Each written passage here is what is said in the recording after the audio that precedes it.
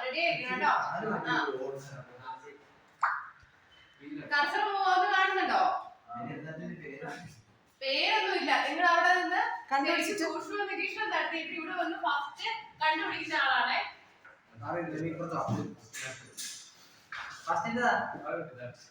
First ഈ കർഷക വന്നേക്കുന്നോടെ എനിക്ക് സമ്മാനം തരുമോ? ആര് കൂടുതലായിട്ട്